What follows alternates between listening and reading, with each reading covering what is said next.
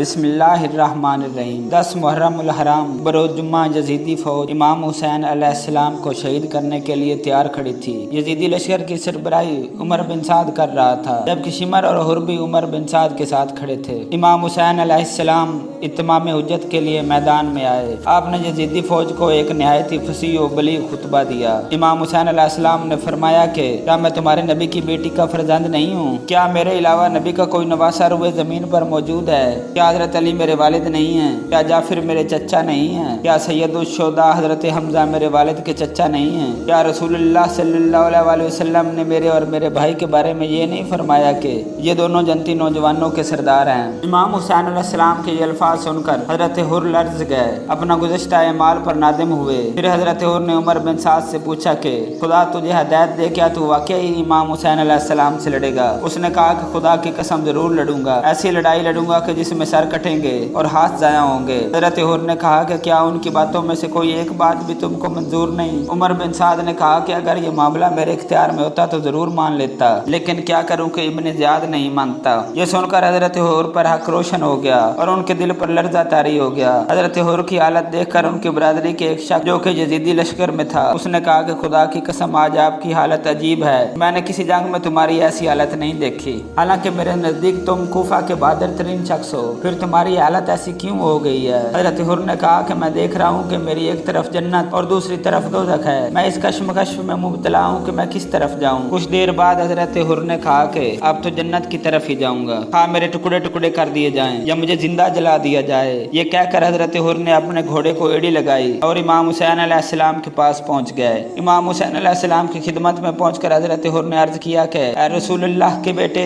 میری جان آپ پر قربان ہو، میں وہی بدبخت ہوں جس نے آپ کو واپس نہ جانے دیا، راستہ بھر آپ کے ساتھ رہا اور آپ کو کربلا میں ٹھہرنے پر مجبور کر دیا۔ خدا وحدہ لا شریک کی قسم، اگر مجھے معلوم ہوتا کہ یہ لوگ آپ کے ساتھ ایسا سلوک کریں گے تو میں کبھی بھی ان کا ساتھ نہ دیتا، اور جو گستاخیاں مجھ سے سرزد ہوئی ہیں ان کا کبھی بھی مرتکب نہ ہوتا۔ اب میں اپنے کیے پہ نادم ہوں، اللہ تعالیٰ کے حضور توبہ کرتا ہوں اور اپنی جان آپ پر قربان کرنے کا عہد کرتا ہوں۔ آپ فرمائیے کہ کیا میری توبہ قبول ہو جائے گی؟ امام حسین علیہ السلام نے فرمایا ہاں، اللہ تعالیٰ تمہاری توبہ قبول کرے گا اور تمہیں بخش دے گا، بے شک اللہ بڑا بخشنے والا اور مہربان ہے۔ پھر امام حسین علیہ السلام نے پوچھا کہ تمہارا نام کیا ہے؟ حضرت حر نے جواب دیا کہ میرا نام حر ہے۔ امام حسین علیہ السلام نے فرمایا کہ تم دنیا و آخرت میں انشاءاللہ حر ہوگے، یعنی آزاد ہوگے۔ پھر امام حسین علیہ السلام نے فرمایا کہ تم گھوڑے سے نیچے اتر آؤ۔ حضرت حر نے عرض کی کہ اب تو اس وقت ہی گھوڑے سے نیچے اتروں گا جب ان ظالموں سے لڑتے ہوئے آپ پر اپنی جان قربان کر دوں گا۔ امام حسین علیہ السلام نے فرمایا کہ جس طرح تم چاہو، اللہ تعالیٰ تم پر رحم کرے۔ امام حسین علیہ السلام کے جان ساروں میں شامل ہونے کے بعد حضرت حر نے اہل کوفہ سے خطاب کیا اور کہا کہ اے کوفیو، تم نے خود امام حسین کو دعوت دی ہے اور جب وہ آ گیا تو تم ظالموں نے انہیں دشمن کے حوالے کر دیا ہے۔ تم نے خود ہی تو کہا تھا کہ ہم اپنی جانیں امام حسین علیہ السلام پر قربان کر دیں گے، اور اب تم اپنے قول سے پھر گئے ہو اور ان پر حملہ کر کے انہیں شہید کرنے کے در پہ ہو۔ تم انہیں اللہ تعالیٰ کے وسیع اور عریض زمین میں بھی جانے سے روکتے ہو جہاں جانور بھی آزادی سے پھرتے ہیں۔ تم ان کے اور دریائے فرات کے پانی کے درمیان بھی حائل ہو گئے ہو، حالانکہ وہاں سے جانور اور پرندے بھی پیتے ہیں اور یہودی اور عیسائی بھی پیتے ہیں، جبکہ امام حسین علیہ السلام اور ان کے ساتھی پیاس سے نڈھال ہو چکے ہیں۔ تم نے حضرت محمد صلی اللہ علیہ وسلم کی وفات کے بعد ان کی اولاد سے نہایت ہی برا سلوک کیا ہے۔ اگر تم نے توبہ نہ کی اور امام حسین علیہ السلام کے قتل کے ارادے سے بعد نہ آئے تو اللہ تعالیٰ تمہیں سخت پیاس کے دن روز محشر پانی سے محروم رکھے گا۔ یہ سن کر ظالم یزیدی فوج نے حضرت حر پر تیر برسانے شروع کر دیے۔